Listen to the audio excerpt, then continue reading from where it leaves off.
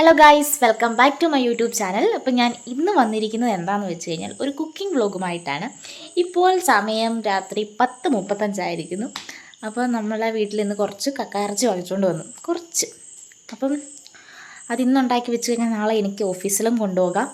അപ്പോൾ അതുണ്ടാക്കാൻ തുടങ്ങിയപ്പോഴത്തേന് ഒരു വ്ലോഗ് എടുത്തേക്കാമെന്ന് വിചാരിച്ചു. ഒരു തട്ടിക്കൂട്ടി കക്കയിറച്ചി റോസ്റ്റോ കറി എന്താണെന്ന് എനിക്കറിയത്തില്ല ആയിരിക്കും. നമ്മൾ ഈ കക്കയിറച്ചി ഉണ്ടാക്കുന്നതിൽ ആൾക്കാരൊന്നുമല്ല. കാരണം ഇവിടെ പൊതുവേ അത് വാങ്ങിക്കാറില്ല. വളരെ റെയറായിട്ടേ കക്ക വീട്ടിൽ വാങ്ങിക്കാറുള്ളൂ. അതിൻ്റെ ഒന്നാമത്തെ കാരണം എന്താണെന്ന് ഒന്ന് കണ്ടിട്ടോ. ഇതെന്താണെന്ന് മനസ്സിലായി. നമ്മുടെ കക്ക ഞെക്കി അതിൻ്റെ ഉള്ളിലത്തെ സാധനമാണ്.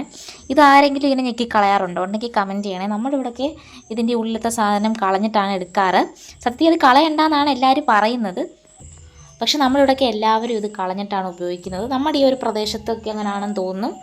പക്ഷേ ആലപ്പുഴ സൈഡിലോട്ടൊന്നും ആരും ഇത് കളയില്ല എന്ന് തോന്നുന്നു. ഇതും ഉള്ളതാണ് ടേസ്റ്റ് എന്ന് പറയുന്നു. ഇവിടെയൊക്കെ അത് കക്കയുടെ വേസ്റ്റാണെന്നാണ് പറയുന്നത്. അപ്പോൾ നമുക്കിത് ഉണ്ടാക്കുമ്പോൾ ബാക്കി കാണാം. കണ്ടോ, ഇതാണ് മെയിൻ കാരണം. പിന്നെ രണ്ടാമത്തെ കാരണം എന്താണെന്ന് വെച്ച് കഴിഞ്ഞാൽ ഇതിവിടെ വാങ്ങിച്ചാൽ തന്നെ ഈ ഇരിക്കുന്ന ഞാനായിരിക്കും ഇത് കൂടുതലും കഴിക്കാറ്. ബാക്കി അച്ഛനും അമ്മയൊന്നും അധികം കഴിക്കത്തില്ല. അപ്പോൾ ഇത് ലെവലേശം വാങ്ങിച്ചാൽ മതിയാവും നമ്മുടെ വീട്ടിലേക്ക്. പിന്നെ മെയിൻ കാരണം ഈ ഞെക്കുന്നത്, ആദ്യം പറഞ്ഞ ആ കാരണം കൊണ്ടാണ് നമ്മൾ വാങ്ങിക്കാത്തത്. അങ്ങനെ ഞെക്കിക്കളയേണ്ട കാര്യമില്ലെന്നാണ് പറയുന്നത്. പക്ഷേ ഇവിടെ പണ്ട് മുതലേ ഇവിടെ എല്ലാവരും ഇങ്ങനെ അത് ഞെക്കി അതിൻ്റെ ഉള്ളിലെ സംഭവം കളഞ്ഞിട്ടാണ് ഉപയോഗിക്കുന്നത്.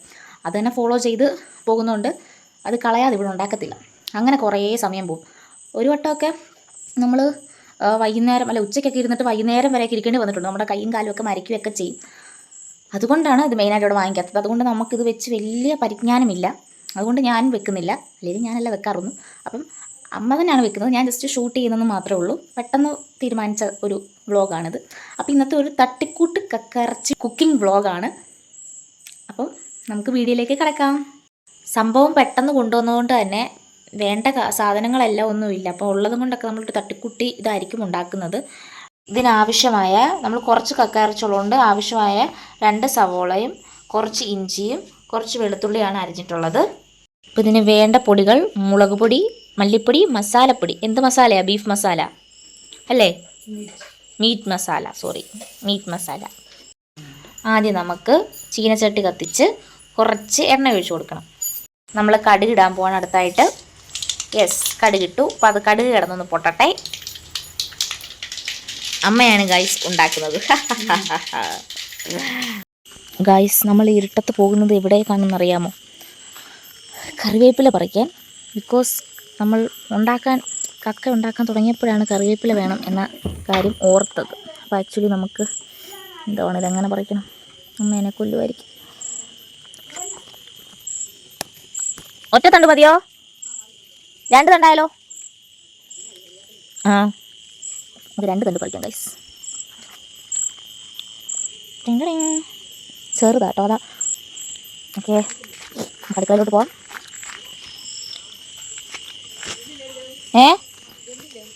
ഇല്ല, ദിസ് ഈസ് തങ്കു. നമുക്ക് അടുക്കളയിലേക്ക് പോവാം. വെളിയിൽ പോകാൻ പ്രതീക്ഷയുമായിട്ടിരിക്കുന്ന സരപ്പൻ. Sarama also waiting for what? Sarama കറി കഴിക്കാനൊന്നുമല്ല, വെളിയിൽ പോകാനായിട്ടാണ്. ഈ സമയം നമുക്ക് വേറൊരാളെയും കൂടെ കാണിച്ചു തരാം. എൻ്റെ റോക്കപ്പൻ ഉറക്കക്ഷീണമാണ്. സൈറപ്പനെ മിക്ക വ്ളോഗിലും നമ്മൾ കാണും, പക്ഷേ റോക്കപ്പനെ കാണാറില്ല. അവന് കുറച്ച് ദിവസമായിട്ട് വയ്യാതൊക്കെ ഇരിക്കുക കുട്ടാപ്പിക്ക്. അപ്പം അവൻ ഉറങ്ങിക്കോട്ടെ. നമുക്ക് കറിവേപ്പില ഇടാം. കിട്ടും. കറിവേപ്പില ഇടാൻ പോവാണ്.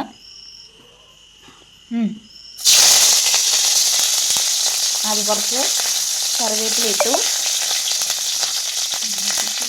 ഇനിയും കുറച്ച് തേങ്ങാക്കൊത്തൂടെ ഇട്ടു.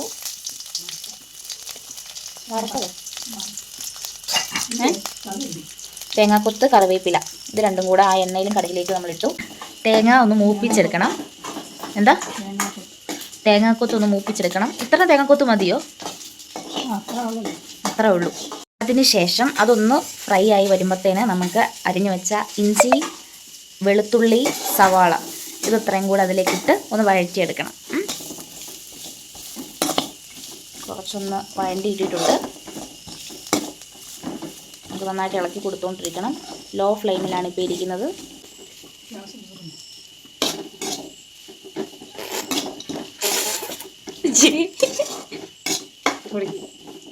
അടുത്തതായി നമ്മൾ മുളക് പൊടി, മല്ലിപ്പൊടി, മസാലപ്പൊടിയാണ് ഇടുന്നത്. ഇപ്പോഴത്തേനും ഇട്ടോ. അതും നന്നായി ഇളക്കി കൊടുക്കണം.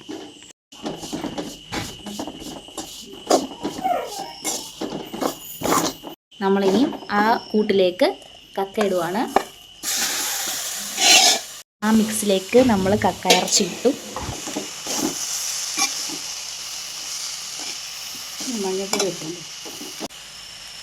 നമ്മൾ കുറച്ച് മഞ്ഞൾപ്പൊടി ഇടുവാണ്. ഇടയ്ക്ക് നോയ്സ് കേൾക്കുന്നത് സൈറപ്പൻ്റെ സങ്കടം, പരാതി പറച്ചിലൊക്കെയാണ്. നമ്മളത് ഇഗ്നോർ ചെയ്യുക. ഓക്കെ. ഇനി നന്നായിട്ട് ഇളക്കി കൊടുത്തിട്ട് വെള്ളം ചേർക്കണം.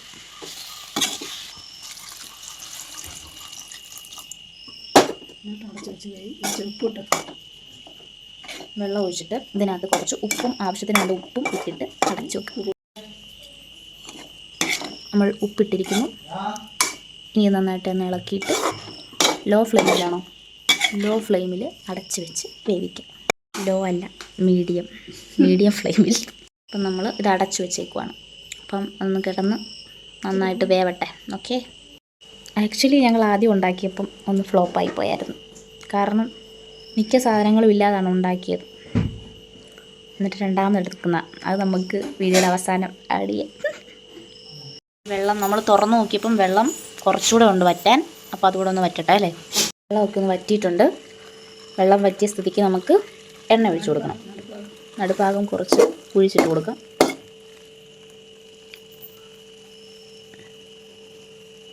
ഈ എണ്ണ തിളച്ചിട്ടല്ലേ നടക്കുന്നതോ? ചൂടായിട്ട് നല്ലപോലെ എണ്ണ ഒന്ന് നടുക്ക് കിടന്ന് നന്നായിട്ട് ചൂടാവട്ടെ. ഇതിനകത്ത് ജീരകമൊക്കെ ഇടുമോ ഗൈസ്? ഞങ്ങൾക്കറിയത്തില്ല. ഇട്ടാൽ കുറച്ചുകൂടെ ടേസ്റ്റി ആയിരിക്കും അല്ലേ. അപ്പം ഇതിൻ്റെ കറക്റ്റായിട്ടുള്ള റെസിപ്പി അറിയാവുന്നവർ കമൻറ്റ് ബിലോ. ഓക്കെ. നമുക്ക് നമ്മുടെ കയ്യിൽ ഷെഫൊക്കെ ഉണ്ട്. പക്ഷേ ഷെഫ് ഇന്ന് ഉറങ്ങിപ്പോയി നേരത്തെ.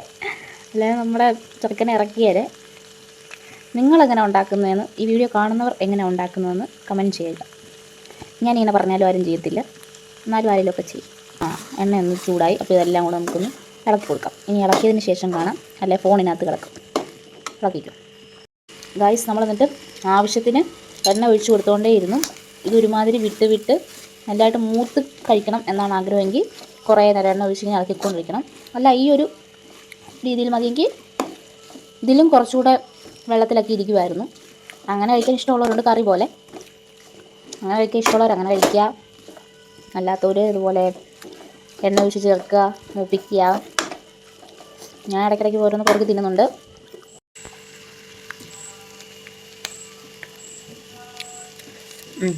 ആയിരുന്നു.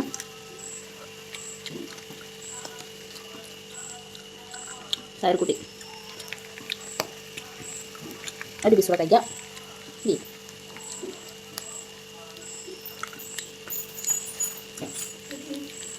ബാക്കി ഇളക്കി കൊടുക്കാം. റൈസ് കണ്ടോ, നമ്മൾ ഇത്രയൊക്കെ ആക്കിയെടുത്തു. പിന്നെ നമ്മൾ പിന്നെ ചൂടാക്കുമ്പോഴത്തേന് അതൊന്നുകൂടെ സെറ്റാകും. ഞാൻ കഴിച്ചുകൂടെ കാണിക്കാം.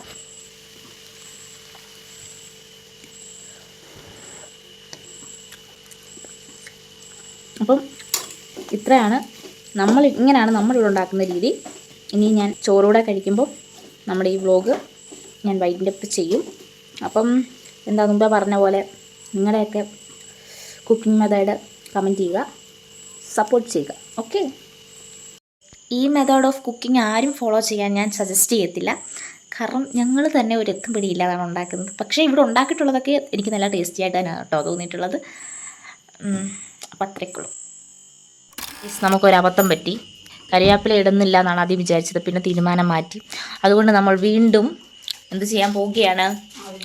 ആദ്യം മുതൽ ചെയ്യാൻ പോവുകയാണ്. ഇത് നമ്മളെടുത്ത് മാറ്റും. എന്നിട്ട് വീണ്ടും എണ്ണ, പിന്നെ കറിവേപ്പില പൊട്ടിക്കുന്നു, തേങ്ങാക്കൊത്ത് ഇടുന്നു. അങ്ങനത്തെ പരിപാടികളെല്ലാം ചെയ്തിട്ട് നമ്മൾ വരുന്നതായിരിക്കും. മൊത്തം കുളമാക്കി.